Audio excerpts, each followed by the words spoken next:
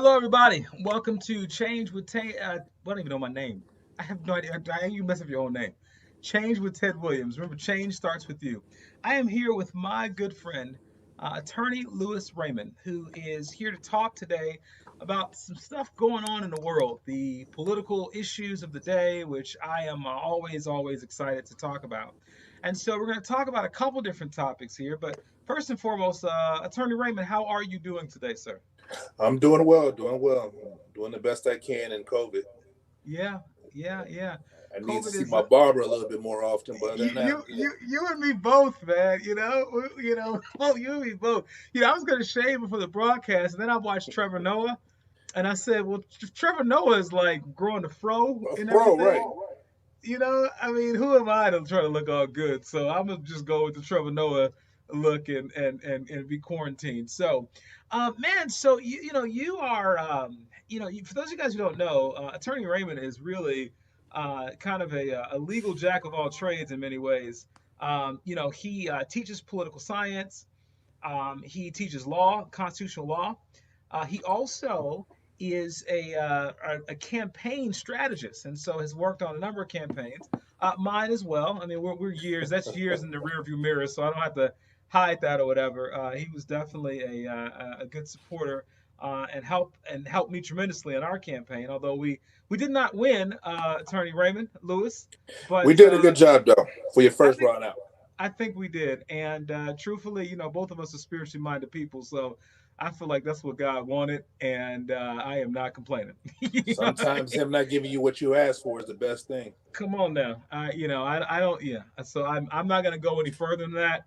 But I am very blessed. So before we get started, as you guys can see, I just want to let you guys know that August 20th, 1619, August 20th, 2020 is the 401st anniversary of African Americans coming into this country. And so we are celebrating this through the DuSable Museum. Will be doing a live stream broadcast of the show 1619 all over the country. You can watch this. So please go to our website 1619musical.com, get your virtual ticket, support what we're doing. We're super excited about it, and we hope that you will come on out and check us out. So let's talk about what's going on in the world, brother. Let's do Uh, it. so CPS just announced that they're going to go remote completely. And I mean, you come on, you are Chicagoan through and through. You know all the political figures, unfortunately, probably where some of the bodies are buried and that sort of thing in Chicago. So, what do you think about this? The teachers union and their strength. What do you think about what's going on with CPS? I think that this is probably one of the hardest decisions to make. I mean, the science is not there because this is a novel disease, and the mayor working with the board as well as the board working with CTU had to come up with a decision, and the CTU it doesn't want to go back, and it's kind of hard because when you look at from a legal aspect, your contract and everything is designed for you to be in the class, and it's how do you? I mean, we it sounds great when we say, "Oh, it's always about the kids." Well, it is, and these some of these kids have parents who are teachers, and they have to you know, work and make money. And so you don't want to really take their money away from them in this pandemic. I mean, there's just so many factors that you look at. Then you have to go to the fact that people have to be safe. And so that's where the legal aspect comes in again, where is the city doing everything possible to maintain safety for not just the kids, but for their employees? And it's so easy. I mean, it was just recently. It was a football team up north. 30 people get tested positive. I mean, it's we don't understand it, and we're still learning. And contrary to popular belief, death is just a aspect of this. I've known people, and there's tons of articles out there. Actually, one that's interesting is people who have had COVID months later, their body is still fighting it. Hmm. And so they wake up in the middle of the night thinking they're having a heart attack. Hmm. And I've known individuals who, one person who reached out to me who had COVID and because of the underlying condition, lost fingers. Hmm. I mean, death is just, you know, the Yeah. So final. Yeah, chapter. so no, no, I think that's a very, very important thing that you're bringing out. Death is not the only thing. There are plenty of people who are surviving this thing and who are suffering from it years and years. Well, obviously we don't have years down the Right, line, but we can see months later, right? At right. least, and I'm sure we'll see that as well. So, a lot of people think that I was posting about this. I did a video about this yesterday. I was posting about CPS, and one of my friends in the comments section goes, "Yeah, man, CPS is like the mafia." You know what I'm saying? Cross CPS. I'm like, whoa. I am not. I'm like, well, first of all, for full disclosure, I'm a teacher, right? So I'm not Right. in CPS, but I'm in the AFT, the American Federation of Teachers. And trust and believe, I'm on the side of what we're doing. But do you think that CPS, because it is very powerful, you think they're on the right side of history on this issue? The crazy thing about it is we don't know. We won't know. The history books have not been written on this. I think that they're arguing on the side of caution. Could they be Mm-hmm. overcautious? True, but we don't know, and that's just.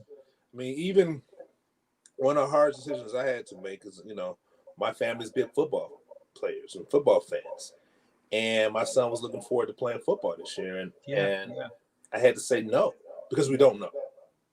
yeah. And so, I think that CPS put together a good strategy to start with a hybrid.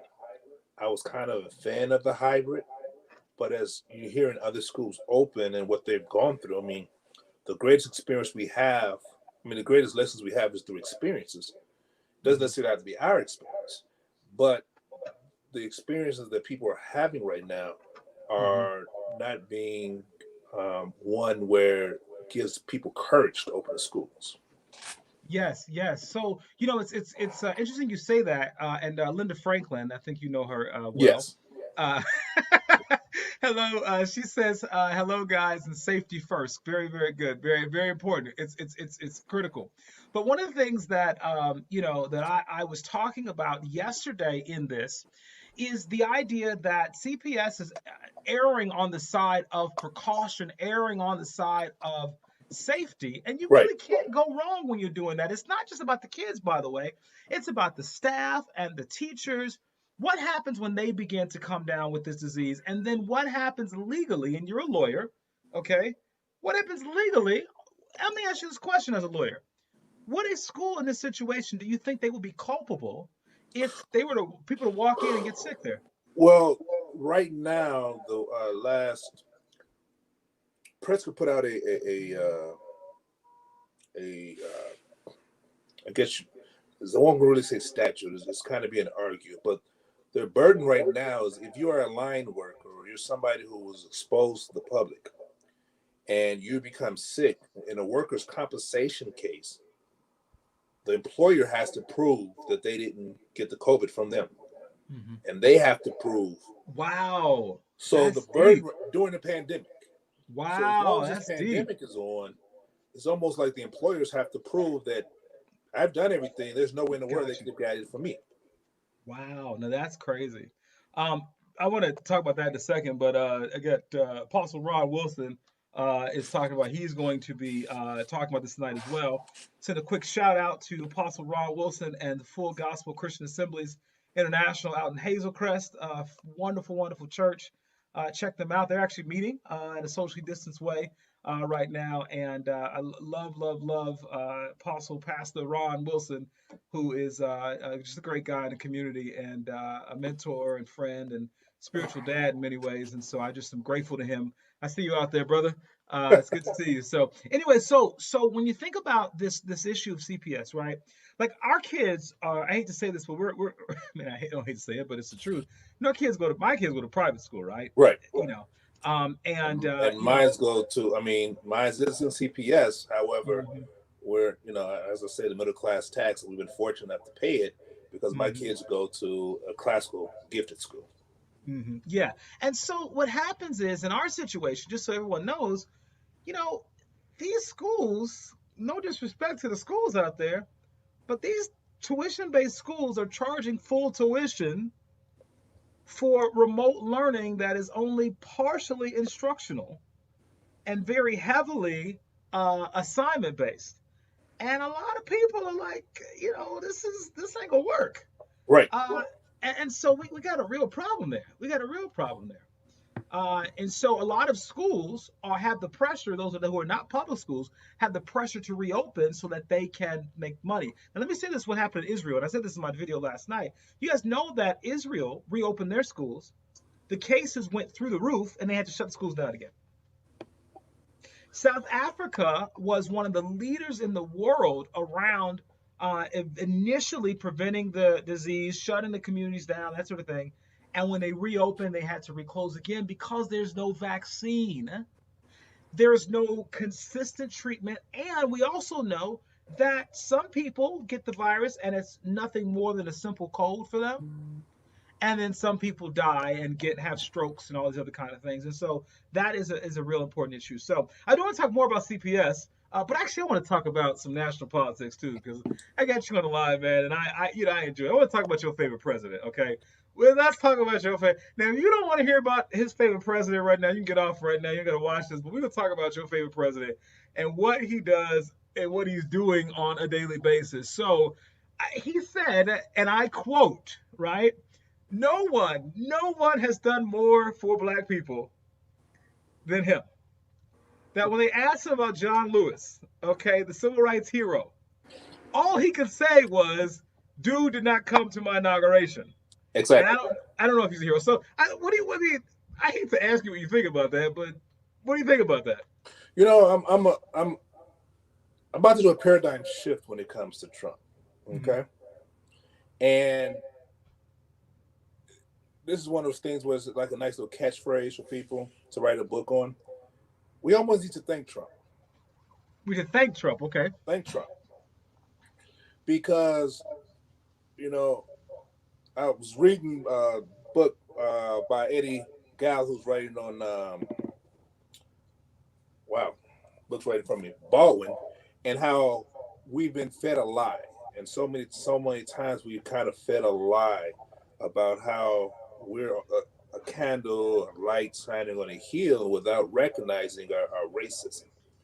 And when Trump became president, it was after 8 years of Obama, where it allowed people to say racism can't exist. Look, you have a black president. And that wound that we've had, as rotten as it was covered. And Trump has come out and ripped it off. It wasn't gentle. He ripped it off. Mm. And now we're able to see the racism that was still there, that was just in a different form. Yeah. And, you know, to hear him say stuff about Lewis, he didn't come to my inauguration. It's just all about him. I'm doing the SMH emoji right now, folks. Right. It's just all about him. I mean, we can go back to when it was John McCain. And I'm a Navy veteran, and John McCain is very revered in the Navy world. And to hear him say, "I like people who were not captured," but you didn't even put on a bootstrap to do anything. And you're going to talk about somebody being captured. You got to be in the game in order to get captured. And you never suited up one time. And so I mean, heck, he lost me there. I mean, we can go with the racism aspect. He lost me there. Yeah. But so he has done more for black people than we're going to give him credit for, because it allowed for this movement. I believe that it helped with the Black Lives Movement, because we were so worried about protecting the flanks of President Obama that we didn't want to bring out the racism that still exists. And we ignored so many things that President Obama did for the black community, because you wanted more, but you know he couldn't do more because he had to be everybody's president. And so it was just that he became president, but he had handcuffs on. Right. And then you had the Tea Party, who was constantly attacking him with the racist undertones on the side. Yeah. And so, yes, we've had the Republican Party having the dog whistle. Trump has now got the bullhorn. And we're Mm, now able to recognize that the racism is really there, yeah. and to address it. You know, he said last week. So I mean, I just and my I'm gonna get some comments coming in. My friend David Fowley says, you know, why should we expect Trump to be someone he's not? Why are we still surprised? You know, I agree with that, but it's like you still are shocked every time you hear it. Last week he tells the suburban voters, hey, don't worry, I'll make sure that these inner city folks don't move out there to damage your property. I mean, bro, this is not just comedy, right? For people, this is not just, oh, he's an old racist guy or whatever, and let's say grandpa in the corner. No, these are public policies that have a long generational, century long, multiple century long history around redlining and that sort of thing. And he is harkening back to a time when that was the greatness of America. Make America great again was very clear. Before I let you hop on this, let me just make these last two comments here because I appreciate people hopping in. Deborah Jones says the sad thing is he really believes that, which is true. And Apostle Wilson over there says that that's the truth. He tells the truth now. We know where he stands. And yes, hey, what's up, Shamir? How you doing, brother? Good to see you, man. I've seen you a long time. But we know where he stands. And so for me, and I'll let you hop in on this, there's no gray area when it comes to this president. You know, No. there, by the way, whether people realize this or not, people of color, I think, have very conservative tendencies Oh, and would have very easily voted for a Republican that was more sensible, sane, compassionate, et cetera, and we're kind of waiting for that. But this guy has blown the door open, and I don't think America's going to be this. I don't think America's going to. I don't want to say be the same, but I don't think we're going to recover from this quickly. it's going to be a while before we can recover with this, on so many aspects. Internationally, we've lost our place at the table, um, and just institutions. I think our institutions have been under such siege for 4 years that it's ridiculous. The amount of um, corruption. I mean, there's just no way of going around it. I mean, it's just blatant corruption that this administration has done with the support of the Republican Party because they've allowed him. Nobody's gone up to him and say, "Hey, cut it off," because they're fearful of a tweet.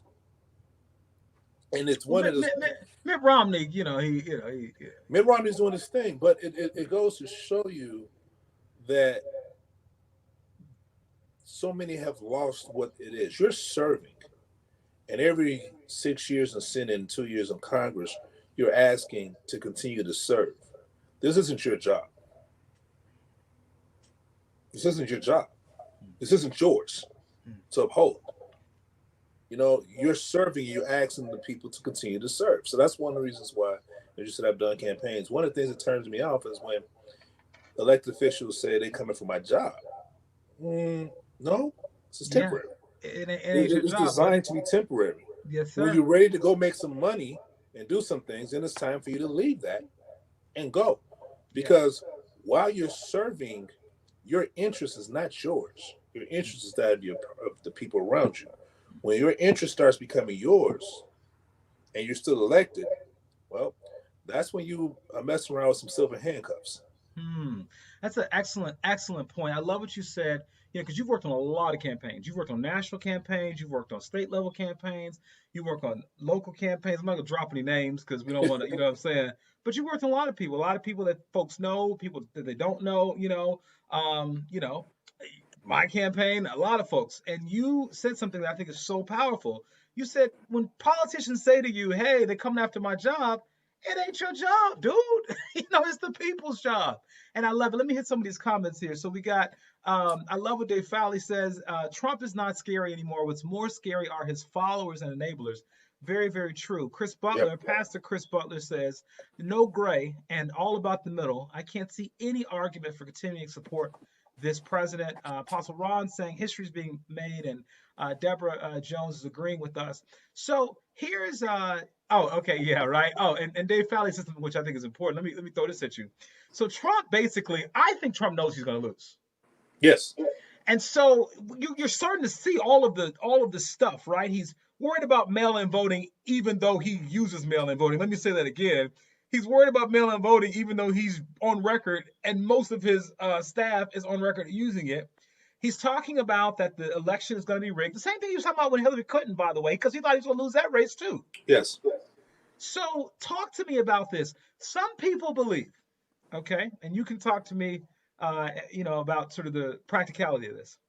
That, well, some people believe that he's going to try to he's trying to move the election. He's trying to sort of not concede if he loses, that sort of thing.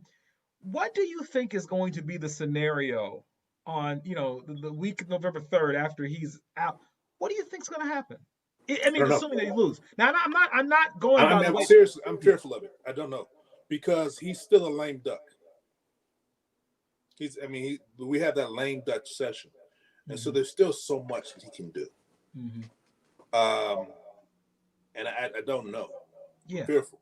Because then you got to realize some of these people who have been his enablers will still be in office soon. I think some of them are going to lose. So then what are they going to do to help enable him? It really would be an interesting time. Yeah. And we still will be dealing with COVID. We didn't talk about COVID with respect to Trump, but guys, 150,000 people dead. 15 times the number of deaths that Canada has had per capita, 12 times the number of deaths that Great Britain has had per capita. Then on top of that, the 40 million people who are unemployed right now as a result of this crisis, and the lack of federal response that you've seen other countries come out and say, hey, we're going to give consistent support for the period of time of the pandemic. Our assistance and unemployment just ran out, right? Just this last week. And so we're in a situation in this country where this thing has been botched. Now, I don't blame President Trump for the virus, but this response, come on.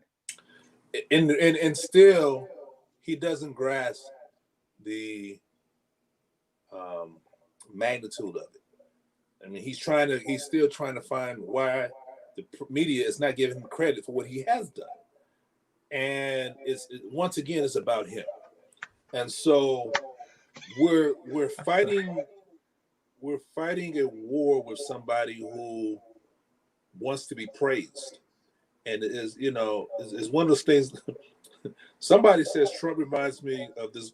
A couple of years ago, I remember remember this movement where they wanted to play sports, but nobody keeps score, and everybody gets a participation trophy. Yeah. Trump wants a participation trophy. That he really wants to be recognized that there have been accomplishments, and no matter how minute, he wants you to praise that and focus on that. And there's so many things that's wrong with this. I mean, just the simple fact that we have not organized our supply line so that we can get the necessary material. I mean, we're talking about governors who have personally had to make personal phone calls to Korea, China, and other countries to get material. They're making a phone call. And we don't have any kind of streamline when the power is there.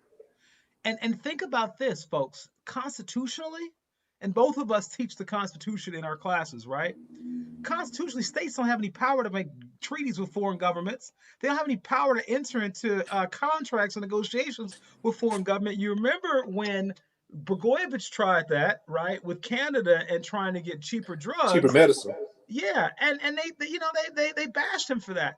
So the fact that states are left on to themselves, their own devices, is awful. And Trump, he said something that I thought was just, and to Dave Fowley, at everyone's point, it just gets worse and worse, right? But he goes, hey, before me, there were no tests. We brought in a test, there was no COVID-19 before you, man. What are you talking about, The administration prior to me didn't leave the test. Come on. And it's just one of those things is everything's coming off the cuff. Whatever he thinks is going to arouse people, try to change the story. Mind you, when the economic report came and said that we shrunk 30%, that was the same time that he sent out the tweet about mail-in vote, which He's trying to differentiate between mail-in vote and absentee ballots. They're the same thing. They're going to come the same way. There's voter fraud. As a matter of fact, people forget right after the election, he created this mass commission to talk about all the different voter frauds, and they were unable to find anything. So he disbanded the commission without a report because it's not there. It's not voter there. fraud to that magnitude is not there. It's not there. It's not there. Antonio Hardiman gave us a compliment, brother. Thank you, Antonio. Appreciate you, man, very much. Dolores says she wants to go back to school after this conversation. And yes, Dolores, we will come. Actually, Dolores, you should join me. I got all these things to plug while I'm on here. But with the 1619 show, we just finished a course. I did a 6-week course on the history of 1619, and we're going to do it again in September. So if you're interested, hit me up. You'll start seeing information about it. But just kind of taking that history, using the musical, and just engaging people. I think it's so important that we learn this history. Pastor Chris Butler says, I listened to the 3 past presidents speak at John Lewis's funeral. It occurs to me that Trump refuses to allow the institution of the presidency to shape and impact him. He will not rise to this moment. It is sad. And I would say, Brother Chris, that his whole life he's never had to. And so I think, because let's put it this way, I've been in many circles in my life, as you have. Right, I've been around people who are wealthy, been around people who are poor. Okay, Jennifer Thorpe just sent an endorsement of the course. Thank you. She just finished it, so thank you, Jennifer. Yes, please come take the course. But I've been around people who are wealthy and people who are not. And what I've noticed, and I've watched, I don't know if you saw his niece's interview, Mary Trump's interview. No, I haven't. I want to watch it. Oh, you gotta watch it, man. That lady, I like her. I really do. And some people don't, but I like her. But what she has said is that he's sort of been insulated, right, against having to really have any consequences for his actions. And that insulation, you see, that insulation is part of the problem because he's still insulated. I mean, one of the hardest things that people have to do, and it's kind of difficult for people to do, is tell truth to power. It's one of those things to tell somebody that the emperor has no clothes when you're dependent upon the emperor. And Trump has been in a world where people wanted him, wanted what he was bringing to the table when he became a celebrity. I mean, that was it. They wanted him, so nobody was telling him the truth. I mean, if you watch his recent interview with Axios, I mean, those graphs look like something that my son would have made to go to class. And it's the president of the United States. And so it was just something for him to have to show, like, look, I'm right. And it's like there's never been a level of professionalism that he's had to maintain because he's been isolated for so long. There was always somebody else. And I'm gonna bust Rod is an interesting individual. Rod, what's the governor's name? Blagojevich. I mean, not Blagojevich. Blagojevich. Yeah. But okay. I remember when I still liked Trump on Apprentice and Rod was on there, and there was a scene where Rod didn't know how to turn on the computer. And he's like, how do you turn this on? And everybody's looking at him like, and his point was there was always somebody else to do that for me. And that's kind of the mindset that Trump has. There's always somebody there for him. I'm right. I'm always right. Come on now. The man said he's the smartest man in the room. And we can go to Confucius, who always says a wise man realizes he knows nothing. That's true. No, Trump is smart. You know why, Lewis? Because he said that he took the test. And the test said camera, woman, was it TV? And and the interesting thing is somebody just tried to bait Biden about the test. And he's like, no, I didn't take the test. Why would I take that test? I know I'm here. Okay. Yes, Antonio, unfortunately, we've already discussed CPS, so you can check it out in the beginning. And I got another video on CPS too, but I'd love to hear your comments on it because I know you're very active in that space. Speaking of Biden, you brought him up. The VP pick. Now, here's my theory on Biden and the VP. First of all, I think Biden does not plan on running twice if he wins. That's number one. And you probably, and I know you've been in circles with him, so I'd love to hear you really talk about this. That's number one. Number two, I'm not convinced, and I could be wrong, and I'm going on down on the record saying this, and there'll be video here if I'm wrong on this, but I don't think he's gonna go for an African American female VP. I don't think that he feels like he needs to. Now, I could be wrong, but I think that he's going to be looking at trying to um, shore up. I think where he, well, actually, I don't think he feels like he needs that. But I also don't think he feels like he needs someone to bolster him in the, sort of Trump country either, because I think he feels like he's that guy. So I don't necessarily know what he's looking for, right? Because I think he feels like he has the black vote. I feel like he has the anti-Trump vote or the borderline Trump vote. So what do you think about his VP pick? What do you think about him? He was not my first choice, second choice, third choice, or fourth choice. But He was the he's what we get. He's the man for the hour. May not be what we need. I mean, may not be what we want, but he's what we need for this hour. He's a unifier. He's been there. Do I believe that he feels the need to have a African American woman? I'm 100% positive he feels that. Okay, I could be wrong. Circles. Because he realizes the vulnerability. Circles. He feels the pressure. Okay, you know what though? I'm gonna tell you what. If it's coming, it's not coming from him though. That's what I'm saying. Now, I can't attest to that. Well, I'm gonna tell you. Here's my thought, because I've watched him and listened to him, and I think that he feels like he's cool enough to be at the barbecue, right? Like he doesn't need anybody to validate him in that community. He told what he tell Charlamagne, like, if you don't vote for me, you're not black. You're not black. He told him that, right? Last week he said that Trump was the first racist president. Okay, so I don't think that he thinks, but I think his people around him are probably saying, "Dude, you need the support. They're not going to vote for you just because you're Obama's VP." And so maybe if it does happen, I personally believe it ain't coming from him. But then again, what does it matter, right? Yeah, I can't say the test of that, and I totally agree with you. I do believe he thinks he's the cool guy at the room. Now you've been around him. I think he thinks he can sip on a little Henny and hang out the Coke and have a cigar and have a conversation with the fellas. Go to the barbershop and sit down and have some fried chicken. I mean, I think he believes he's that cool. Right. But now, can I? I'm sorry. Go ahead. Go ahead. No, go ahead.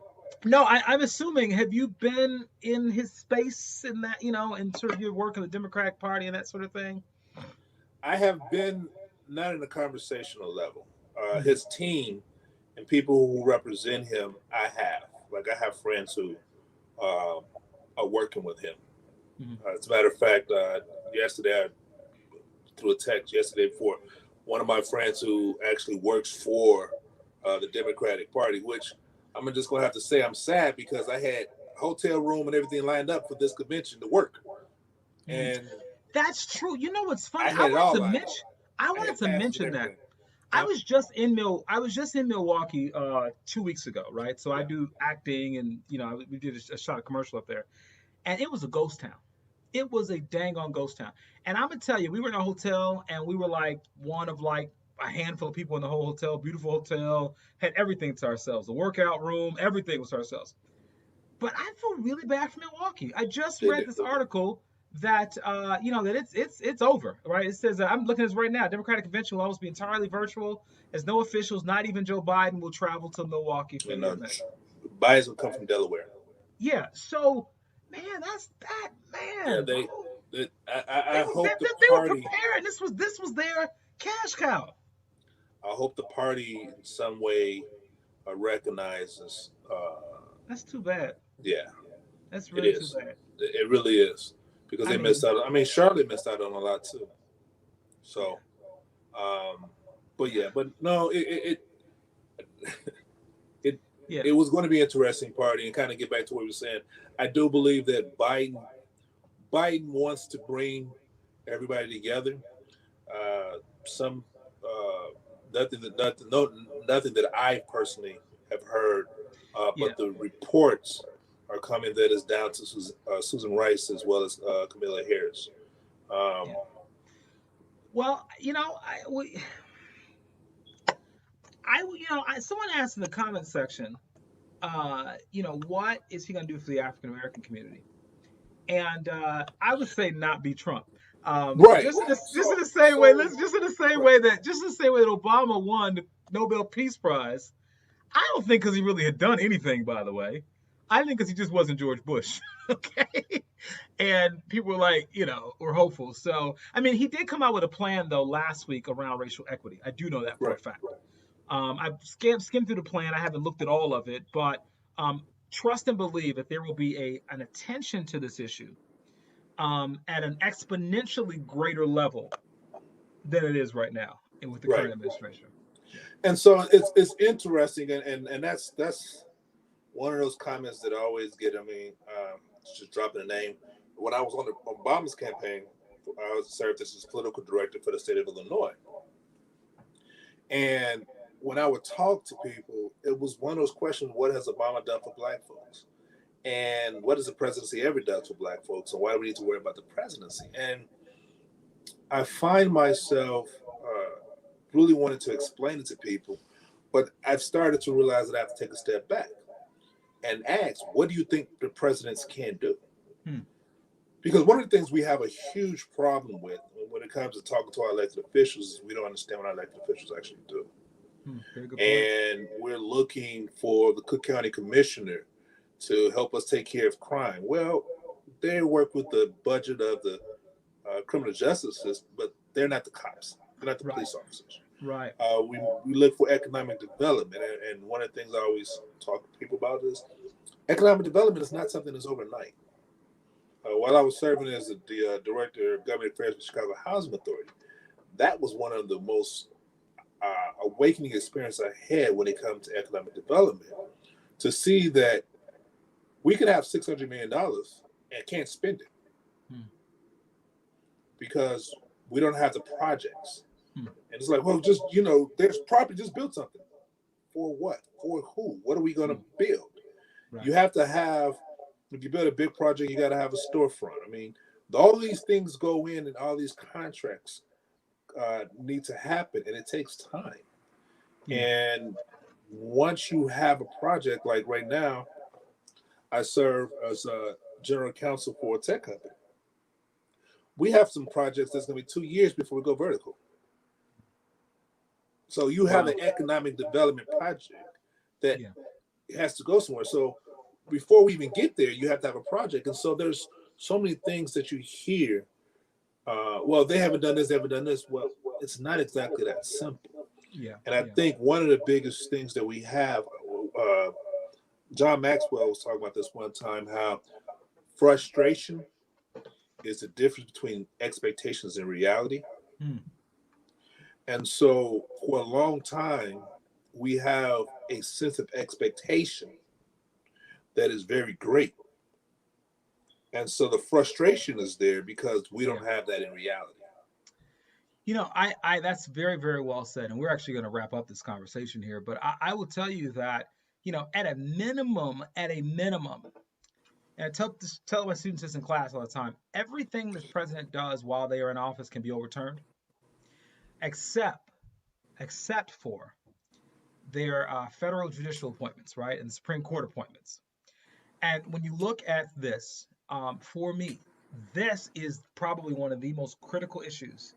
Why you look at, maybe I'm not a huge fan of Joe Biden, maybe I whatever, but you pull the lever for the other person because you recognize what happens with those permanent decisions that can be made.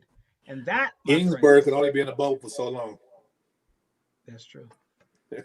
We can only wrap her around in bubbles so long. That's true. And I'm telling you, and literally this woman is hanging on to her life for millions of people, and everyone's praying for her, Ruth Bader Ginsburg, that nothing happens to her just long enough so that we can get someone else in there in case something does happen. And to go to your point, and people don't realize it, one of the smartest thing, although it wouldn't exactly be something I would have been happy for until recently, that George Bush did was when Rehnquist stepped down as Chief Justice. Everybody expected Bush to pull somebody already in the Supreme Court to be the Chief Judge. No, he appointed somebody in their 50s to be Chief Justice with anticipation that he would be there 20 years. Yeah, yeah, absolutely. Very well said. Well, attorney Professor Louis Raymond, I want to thank you for joining me today. And Anytime, we're anytime. going to continue having these conversations. It is so critical, ladies and gentlemen, that we are educated and we're knowledgeable about what's happening in our communities. I mean, this democracy does not work by itself, it's not a spectator sport. We have to get involved, we have to get engaged. And if it means educating ourselves by just listening to conversations like this, it is critical. Once again, please, please, please join us on August 20th, the 401st anniversary of the first 20 enslaved Africans arriving on the shores of. Actually, I'm gonna give you a quick trivia question before we go. Anybody know what state they landed in? Those first 20 Africans in 1619. Put it in the comments section, please. And I'm gonna send you. What do I have here to send you? I have nothing to send you, but I'm gonna send you some love and some well wishes. What state were the first 20 Africans in 1619? What state did they come into? Anyone? Anyone?